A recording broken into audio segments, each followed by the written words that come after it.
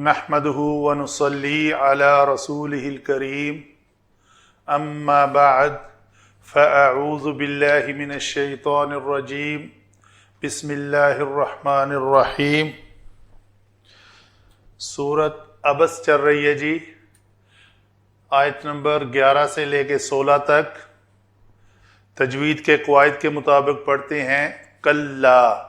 یہ کیا ہے لفظ جی؟ کلا الف مدہ ہے، اس کے بعد چونکہ اگلے کلمہ میں سبب مد حمزہ آ رہا ہے تو اس کے اوپر ہم نے مد لکھی۔ اسی طرح ہا زبر الف ہا، یہ بھی الف مدہ ہے اسی کلا کے الف کی طرح، لیکن اس الف کے بعد چونکہ سبب مد نہیں آ رہا، نہ ہی سکون ہے کوئی نہ ہی حمزہ ہے، تو اس لیے اس کے اوپر مد نہیں لکھی ہوئی۔ کَلَّا إِنَّهَا تَذْكِرَةٌ، تا مربوطہ گول تا، جب بھی آئے اس کے اوپر وقف کرنا ہو تو اس کو ہائے ساکنہ بنا کر وقف کرتے ہیں، اگر ملانا ہے تو پھر اخفا ہوگا۔ کَلَّا إِنَّهَا تَذْكِرَةٌ فَمَنْ شَاءَ ذَكَرَهُ۔ یہ دیکھیں یہ ہا ہی ہے لیکن یہ الٹی پیش کے ساتھ ہے تو ہم نے اس کو ساکن کر دیا۔ جس طرح اس ہا کو ساکن کیا اسی طرح اس تا کو ہائے ساکنہ بنا کر وقف کرتے ہیں، یہ قاعدہ ہے۔ اگر اس کو ملا کر پڑھنا ہے تو ذَكَرَهُ فی ذَكَرَهُ، ایک حرکت نہیں دو حرکات ہوں گی، الٹی پیش از اکول ٹو واو مدہ، تو اس کو واو مدہ کے برابر تھوڑا دو حرکات کے برابر لمبا کرنا پڑے گا۔ یہ شاء پتہ ہے آپ کو الف مدہ محل مد ہے، سبب مد کیا ہے اس میں؟ حمزہ۔ چونکہ سبب مد اسی کلمہ کے اندر ہے تو یہ مد متصل ہے، اس کی شکل اور ہے، اور چونکہ یہ حمزہ اگلے کلمہ کا حصہ ہے سبب مد تو اس کے اوپر مد جو ہے وہ اور طریقے کی لکھی ہوئی ہے۔ یہ دونوں میں فرق ہے، وہ مد منفصل ہے اور یہ مد متصل ہے۔ فی صحف مکرمہ، یہ تا کے اوپر پھر وقف کرنا تھا، ہم نے کیا کیا؟ تا کو ہائے ساکنہ بنا کر وقف کیا۔ ٹھیک ہو گئے؟ تو تنوین کے بعد میم ہے تو یہاں پہ صحفن نون کے بعد وہی تنوین یا نون ساکن کے قاعدے کے مطابق یرملون میں سے میم آ گیا ہے تو یہاں پہ ادغام کریں گے مع الغنہ، غنہ کے ساتھ، تو یہاں پہ میم کے اوپر دو حرکات کے برابر غنہ کریں گے۔ اگر اس کو ملا کر پڑھنا ہے تو پھر اس میم کے اوپر تشدید آئے گی،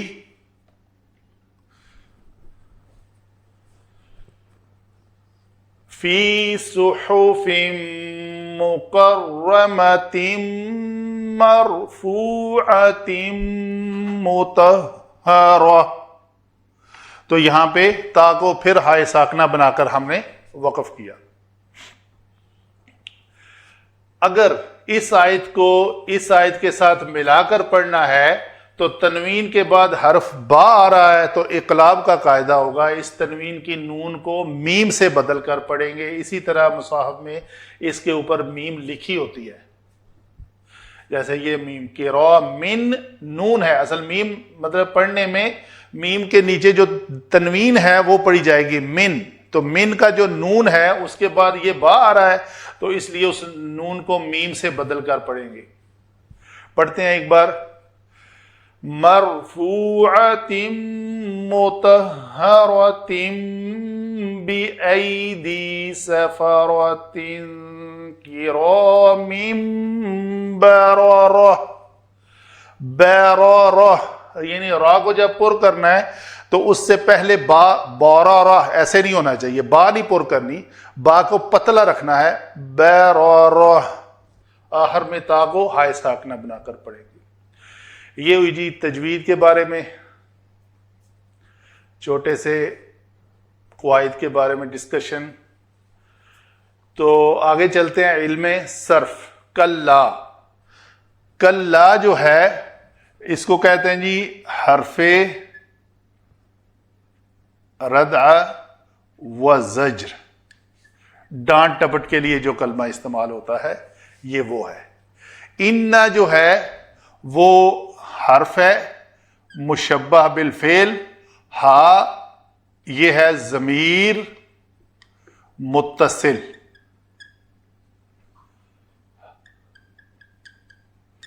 مشبہ بالفعل ضمیر متصل۔ آگے یہ مجرور ہے، منصوب ہے یا مرفوع ہے، وہ کیسے پہچانیں گے؟ پکا قاعدہ ہے کہ اگر کوئی بھی ضمیر انا یا اس اخواتہا، انا اور و اخواتہا کے بعد کوئی بھی یہ ضمیر آ جائے تو ضرور وہ منصوب ہوگی۔ انا، انا، کانا، لعل، لیتا، لاکنہ، ان سب کے بعد جب یہ ضمیر آئے تو ہمیشہ یہ منصوب ہوتی ہے۔ تو ضمیر متصل ہے اور منصوب ہے حالت کے اعتبار سے۔ تذکرہ، ذال کاف را سے یہ نصیحت فعلتن کے وزن پر آئے گی،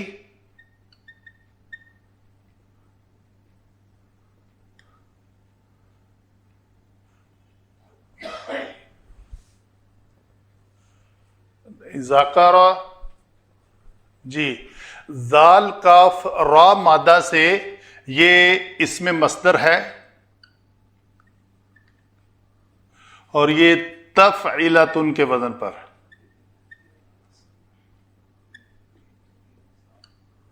تذکرتن۔ فا جو ہے فا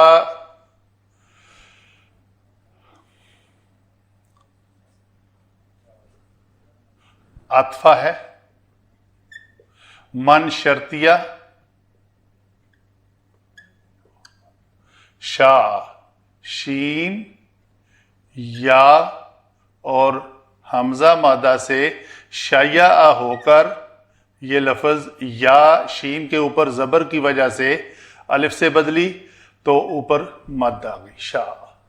ذکر فعل ماضی واحد مذکر غائب سے، ذال کاف اور را فعل ماضی، ذکر یذکر باب نون سے آتا ہے، ہو یہ ضمیر، پھر وہی بات، یہ ضمیر مشترک جب بھی کسی فعل کے بعد آئے تو یہ ضمیر منصوب ہوتی ہے، متصل، منصوب ہو کے آگے کیا بنے گی وہ دیکھ لیتے ہیں۔ فی حرف جر، صحفن صحیفہ کی جمع ہے، صحف جمع میں آتا ہے، تو یہ اسم مکرمہ، کاف را میم، باب تفعیل، کرما یکرم، یہ یکرم سے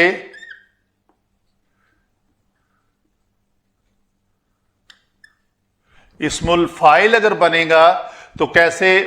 یا کو، یا علامت مضارع کو میم مضموم سے بدلا، اور اگر عین کلمہ کسرہ کے ساتھ ہو تو اس میں فاعل، اگر زبر کے ساتھ ہو تو اس میں مفعول، تو یہ بنے گا مقرر۔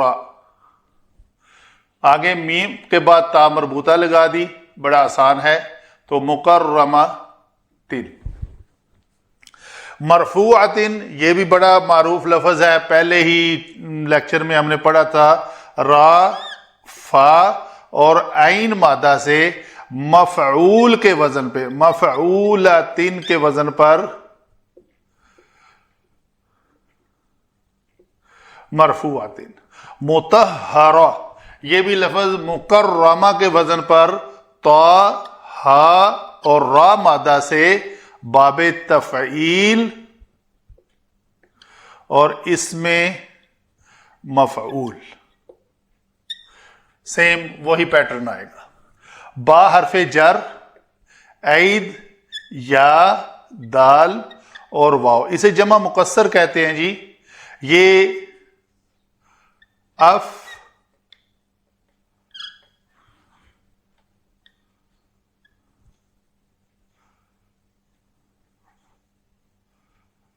آلون کے وزن پر ہے، یا ہمارا چونکہ کسرہ ہے، چلو اف افعول.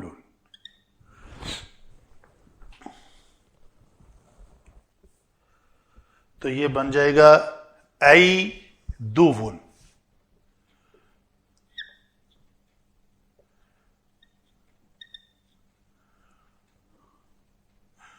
ہم اپنی تنوین لیتے ہیں چونکہ ہمارا لفظ مجرور ہے حرف جر کی وجہ سے. تو کیا بنا جی؟ یہاں پہ قاعدہ یہ ہے کہ واو سے پہلے دال پر ضمہ دشوار تھا تو اس کو ہم نے کسرہ سے بدلا. یہ قاعدہ ہے. واو سے پہلے دال پر ضمہ دشوار ہونے کی وجہ سے اس کو کسرہ میں بدلا تو یہ لفظ بنے گا ای دی. آگے چونکہ یہ لفظ مضاف بن رہا ہے، مضاف پہ تنوین نہیں آتی، تو اس واو کو اکیلی واو کے نیچے کسرہ کر کے پھر اس دال مکسور کی وجہ سے اس واو کو یا سے بدلا. تو پہلے با حرف جر بی ای دی. سفراتن معروف لفظ ہے، فعالاتن کے وزن پر اسم ہوا. کرام کاف را میم مادہ سے فعال کے وزن پر کرام. بارارا یہ پھر فعالاتن کے وزن پر بارارا.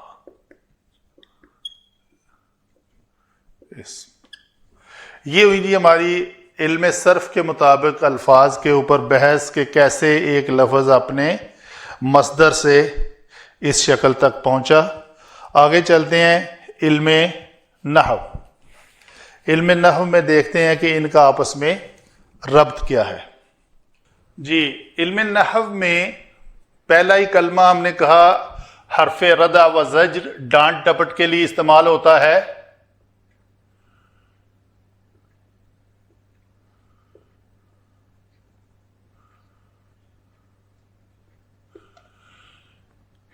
ان ہاں یہ حرف تھا مشبہ بالفعل.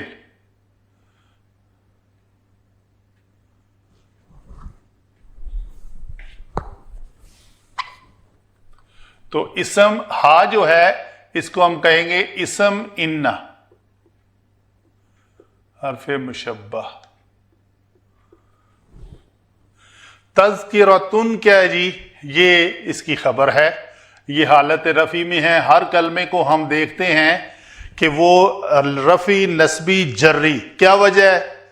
کیوں مرفوع ہے، کیوں منصوب ہے، کیوں مجرور ہے؟ اسی میں ہی ہماری نحو کا سارا دار و مدار ہے، وہی چھپا ہوا ہے اس میں سارا کچھ، کہ جب ہم پتہ چل جاتا ہے تو ہمارے پاس باتیں کلیئر ہو کے سامنے آ جاتی ہیں. اس کو ہم نے کہا تھا یہ کیوں منصوب ہے، یہ انا کا اسم ہے. یہ کیوں مرفوع ہے، یہ خبر ہے، خبر انا. کیونکہ ہمیں پتہ ہے کہ انا کا اسم ہمیشہ منصوب ہوتا ہے اور خبر ہمیشہ مرفوع ہوتی ہے.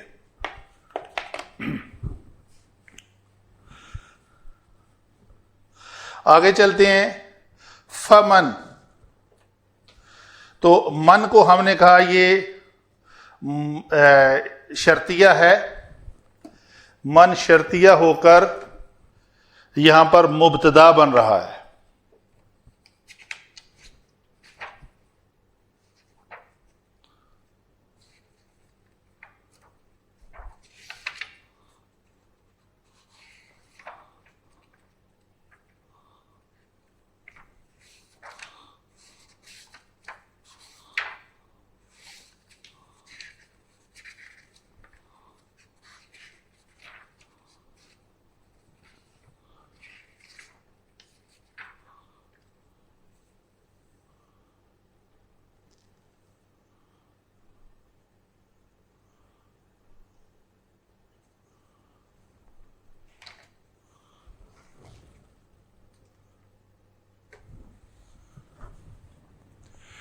من جو ہے یہاں پہ شرطیہ ہو کر ہم نے کہا یہ مبتدا ہے. شرطیہ. تو یہ شاء فعل ماضی، اس میں ہوا ضمیر جو ہے مرفوع ہو کر فاعل، محلن مجزوم۔ مجزوم کیوں؟ کہ یہ جملہ شرطیہ ہے، من مبتدا کے بعد یہ شرط ہے کہ شاء، جس نے چاہا، جو چاہے، ذکرہ، ہو جو ہے یہ منصوب ہو کر مفعول بہ، اور ذکرہ فعل جمع، اس کے اندر ہوا فاعل، تو فعل جمع فاعل جمع مفعول بہ، تو یہ پورا جملہ ہم کہیں گے یہ محلن مجزوم۔ کیوں؟ جواب شرط، یہ شرط ہے۔ تو شرط اور جواب شرط دونوں جو جملے ہیں یہ کیا ہوگا؟ خبر من، اس مبتدا شرطیہ کی یہ خبر ہے، تو یہ دونوں جملے مل کر ہم کہیں گے یہ خبر۔ اس فا کو فا اعتراضیہ بھی علماء لکھتے ہیں یہاں پہ کہ یہ اعتراضیہ۔ اچھا جی، مبتدا اور خبر یہ دونوں مل کر جملہ اسمیہ ہوئے کہ ہو ضمیر جو ہے اس تذکرتن کی طرف جا رہی ہے جو قرآن پاک ہے، تو ہا ضمیر ادھر جائے گی کہ جو چاہے اس سے، یہ تو ایک نصیحت ہے ڈانٹ ڈپٹ کے ساتھ، بے شک یہ تو ایک نصیحت ہی ہے، جو چاہے اس ہو نصیحت کو حاصل کرے یا نہ کرے۔ فی صحف مکرم، آگے چل کے بات آ رہی ہے وہ جو نصیحت ہے وہ کیا ہے۔ فی ہم نے کہا جی یہ حرف جر ہے، تو اس کے بعد یہ موصوف ہے، اس موصوف کی یہ صفت ہے اور یہ صفت اول ہے۔ فی صحفم ایسے صحیفے میں ہے جو مکرمتن ہے، دونوں کی تنوین کسرہ کے ساتھ ہے، صفت موصوف کا اعراب ایک ہوتا ہے۔ آگے کیا ہے؟ دوسری صفت اس کی مرفوعتن، یہ ہم کہیں گے صفت ثانی۔ مطہرتن، یہ ہم کہیں گے صفت ثالث۔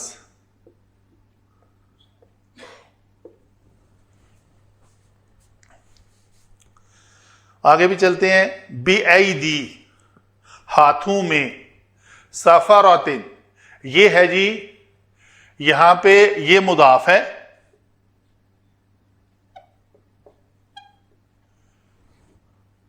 یہ موصوف ہے، اس کی یہ صفت اول ہے، یہ اس کی صفت ثانی ہے۔ تو سفرتن جو ہے موصوف ہو کر اپنی دو صفتوں کے ساتھ مل کر کیا بنے گا؟ مضاف الیہ۔ تو مضاف اور مضاف الیہ مل کر مرکب اضافی اور یہ اس جارہ سے مل کر مرکب جاری ہو کر شبہ جملہ، اور یہ شبہ جملہ جو ہے وہ صفت رابع۔ تو گویا یہ ایک موصوف ہے صحفن، جس کی صفت مکرمتن، مرفوعتن، مطہرتن، اور یہ شبہ جملہ صفت رابع بِأَيْدِي سفرتن کرام بررہ۔ تو یہاں پہ علماء لکھتے ہیں کہ یہ موصوف اپنی چاروں صفتوں کے ساتھ مل کر یہ ایک مرکب جاری بنا. یہ یا تو اس ہیا موضوع محذوف یہاں پہ اس جگہ پہ جو مبتدا بن رہا ہے اس کی یہ خبر ہے، یا مرکب جاری ڈائریکٹ خبر ہے، یا ایک کوئی لفظ کائنتن لے کر اس کے متعلق ہو جائے گا یہ، تو ہے یہ کائنتن کہ یہ ہے یہ سارا کچھ، کیا مرکب جاری اس کائنتن کے متعلق ہو جائے گا، یا یہ مرکب جاری ڈائریکٹ خبر بن جائے گی. تو یہ اس جو ہے تذکرتن جو ہے یا اس کی طرف جا رہی ہے، تو ہم کہیں گے ہیا جو تذکرتن ہے وہ کیا ہے، ہیا فی صحف مکرمۃ مرفوعۃ مطہرۃ بأیدی سفرۃ کرام بررہ. یہ ہوئی جی آج کے سبق کی علم نحو کے مطابق ڈسکشن. اللہ تعالی ہماری اس کاوش کو قبول و منظور فرمائے. وما علینا الا البلاغ.